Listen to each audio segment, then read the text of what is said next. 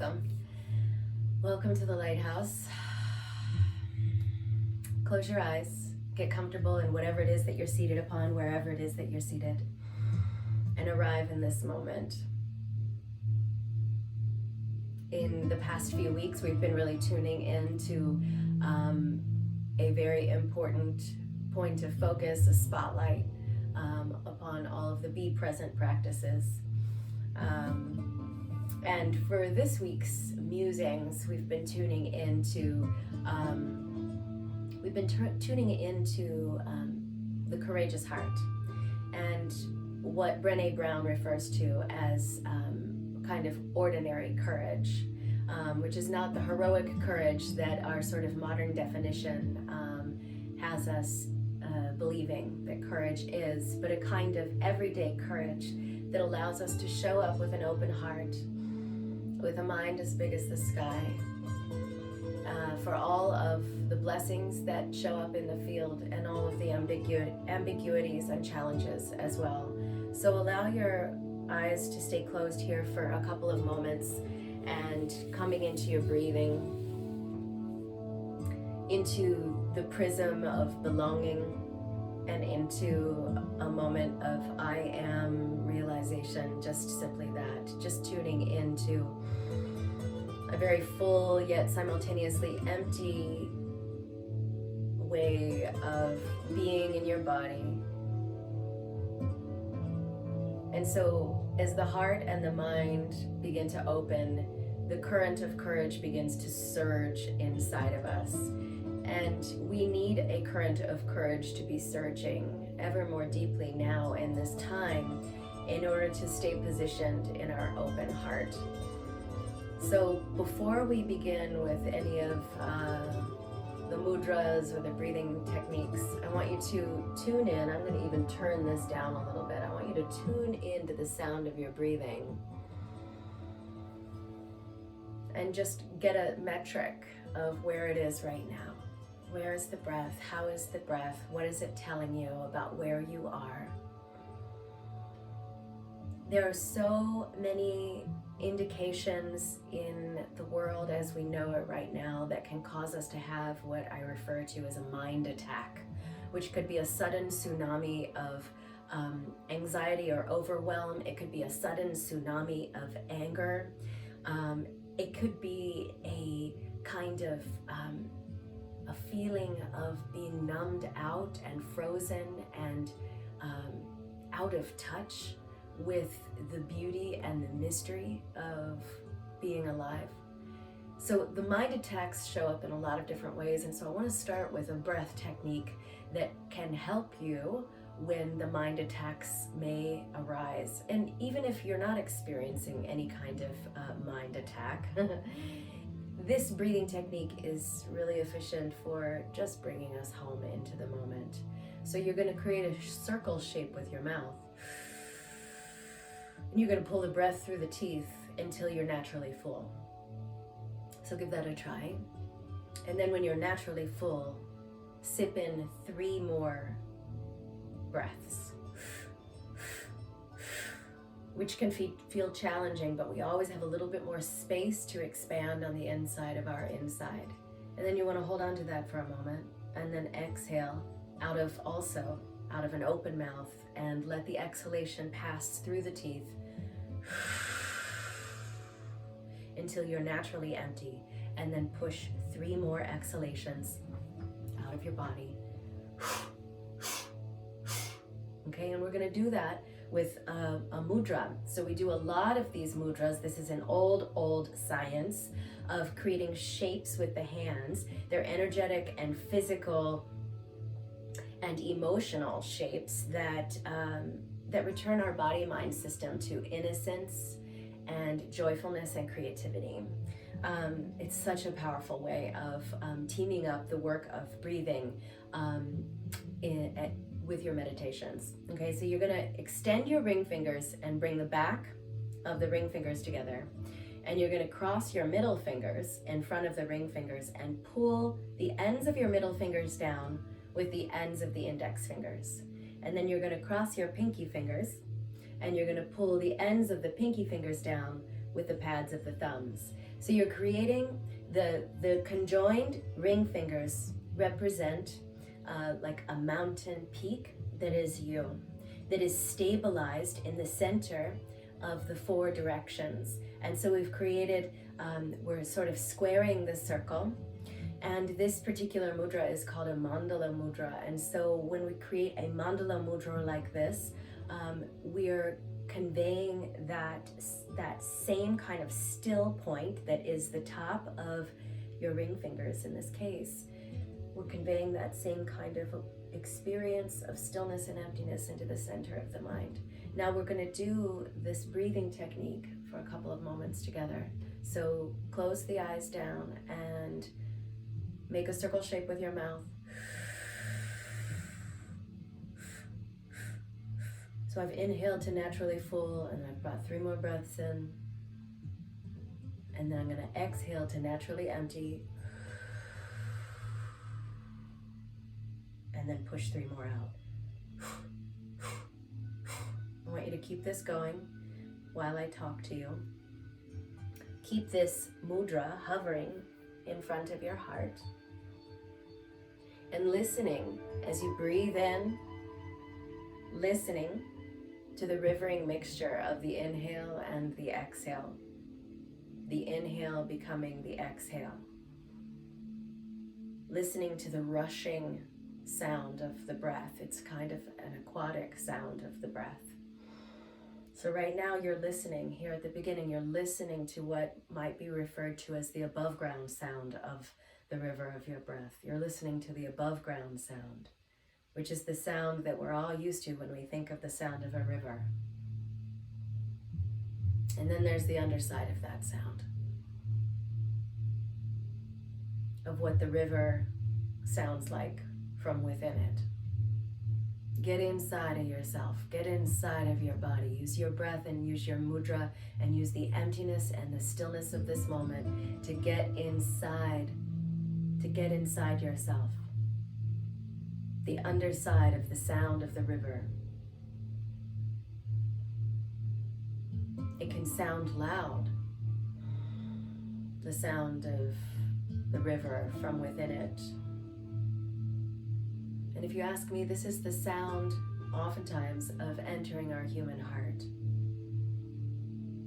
The sound of hearing the river from within. When we enter our human heart, it isn't always the silence that we're entrained to expect. The silence that we understand as silence. It's not a silence devoid of sound. When you enter your human heart here through mudra and breath,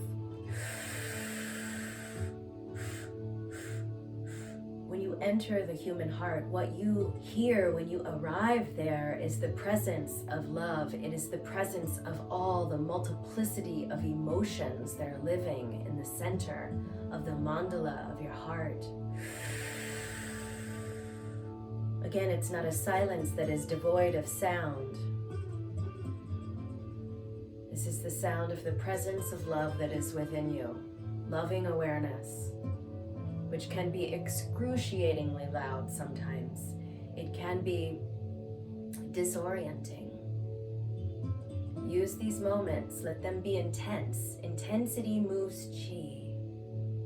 Use these moments to get inside yourself.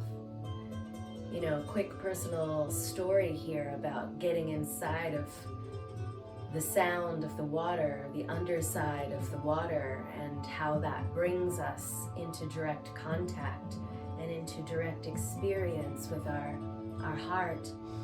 Years ago, when I was a cultural anthropology student and I was spending time on many different native reservations in the Southwest studying with the people, I had a near-death experience in the bottom of a waterfall at the bottom of the Grand Canyon. I was on the Havasupai Reservation, which is at the bottom of the canyon.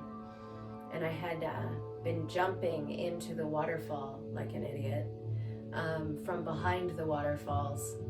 And I got pinned at the bottom of the waterfall. And never before have I heard a sound so powerful being on the underside of the waterfall. at the bottom of the body of water. And the only thing that I could experience was the reality of the inside of my heart in those moments.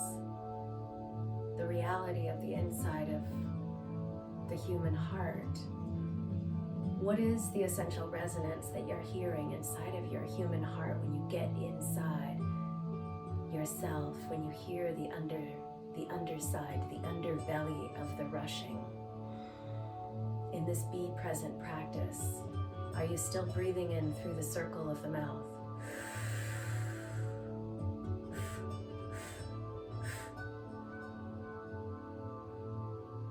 So this is about listening to your heart. It's about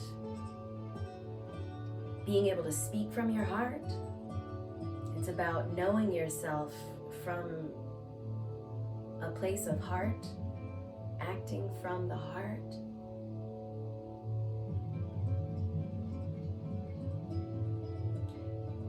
You know, I was speaking about courage at the beginning. Courage is a heart word. Did you know this? The root word, the Latin root of courage is cur, which means to speak one's mind by telling all of the truth from the heart. So courage and heart, they're very connected. Breathe into your courageous heart. Let it be filled with a kind of effective, multidimensional, ordinary courage that can serve you today in the season of giving. So the gift that you are giving is your awakened self. It's the greatest gift we can give in this season of giving to humanity. So tighten up a little bit the pressurization in the mandala of this mudra. Fill up a little bit more as you breathe in, and empty out a little bit more as you breathe out. Staying positioned in the regal majesty of your wide open heart center. Wide open emptiness. In yesterday's Qigong gathering, which is live on the website, you can tune in and watch it, I was talking about empty force. Rarely in our waking hours do we have an experience with, or do we come into direct contact with empty force. We're real familiar with brute force in a present day modern world. We're very familiar with brute force. But in the work of integrative practices, we endeavor into the polarity of brute force, which is empty force. Emptiness. We don't have a lot of moments throughout the day where we can experience that kind of vastness. Let this time together today be defined by a caliber, a quality, a consistency of emptiness, of vastness. And I want to be the voice that reminds you that the moments of emptiness that you experience in your day give you back hours of tranquility. We're entrained in our present day world to think that if we have a relationship with emptiness, that we might become lazy, or if we value emptiness too much, that we might that our work will lose its value. But again, I want to be the meditative voice that reminds you that when one of your values is emptiness, that your work is going to increase in value, because your ability to focus and to be present is going to be elevated and more refined. And so whatever you're attending to, whatever you're responsible for, you're going to be able to do it with greater focus, greater efficiency, and by God, with greater joy.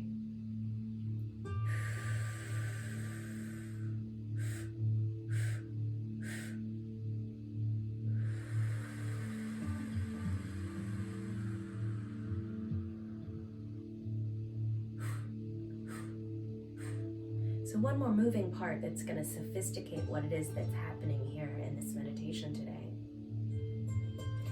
At the completion of that third puff out after your complete exhale, when you're undeniably empty, empty, empty, pull your abdominal wall back towards your spinal column, but let that pulling actually have its point of origin in your pelvic floor. So pull the pelvic floor up towards your navel, and then pull your abdominal wall back towards your spine, and lift it up towards the fertile ground of the bottom of your heart. And have that experience of levity, of being suspended in elegance in your own body, in the cave of your heart. So stay with this. I know I'm not demonstrating the breathing technique because I'm doing a lot of speaking, but hopefully you are still very, very much in it. So I'm going to quiet down and breathe with you.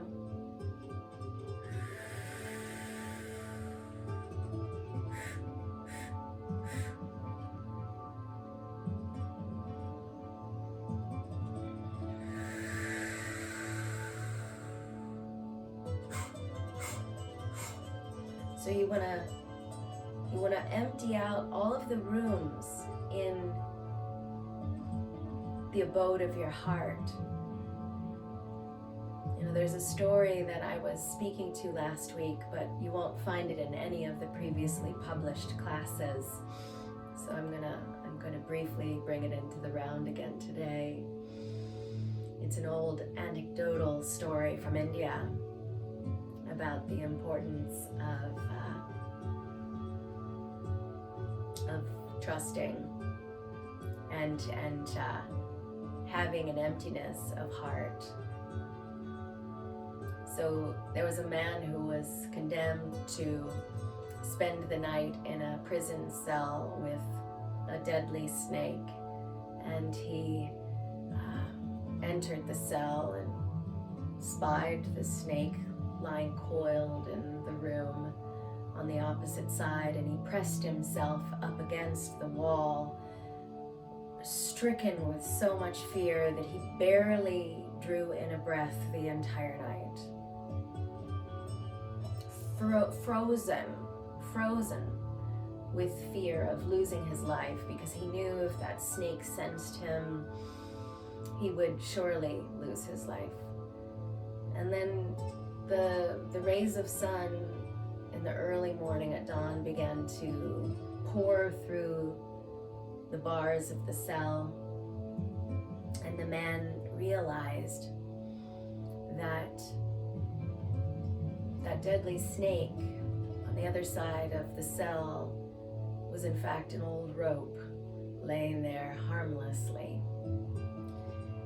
And so the moral of the story is, you know, it's an invitation for us as practitioners to do the noble work of knowing where the old ropes are in the rooms of our heart that keep us frozen in fear, the old ropes that cause the mind attacks, the old ropes that we get hung up on time and again, so that we can stay positioned in a heart that is grateful, in a heart that is also simultaneously courageous, so that we can tease out the differences between fears that keep us from living and those necessary fears that keep us alive.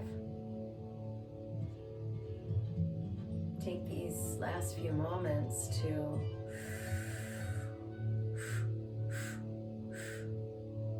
get eye to eye with whatever ropes you need to release that no longer have a place in the home of your being.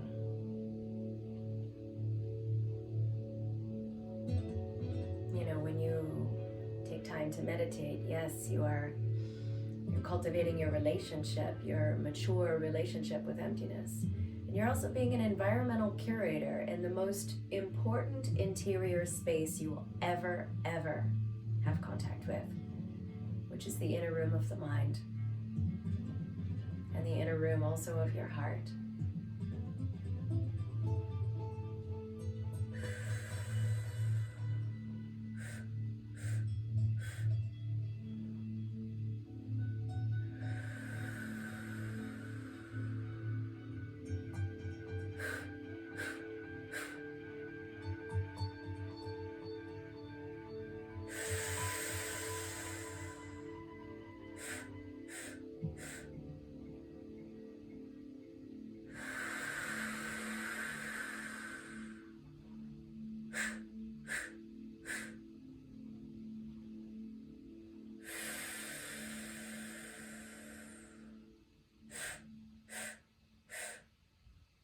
Last breath out in this way.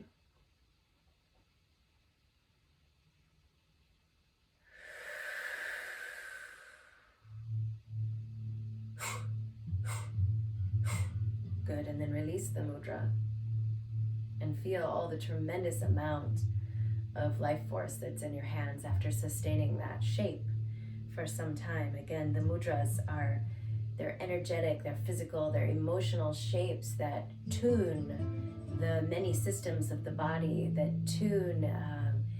create a shift in our neuron velocity, especially when we do it with the breathing technologies, so that we can return to innocence, so that we can return to strength, so that we can return to happiness and return to creativity in a profound way in this present moment. So just take a moment and sitting into stillness with it.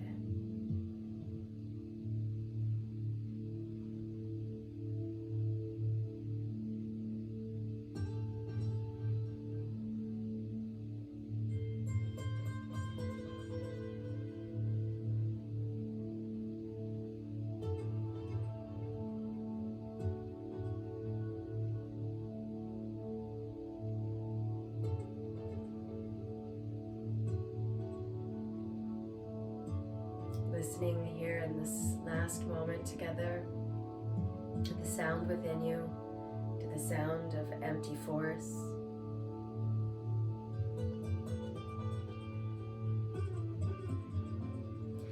And again, I want to be the voice to remind you that as we are in this very busy season, this holiday season, everything seems amped up in a way that, again, can lead us to experiencing derailment in terms of our equanimity. The chances are much more likely. And so there's an old saying that says that if you have time to meditate, then a 10-minute meditation will do. If you don't have time to meditate, meditate for an hour, because you need it.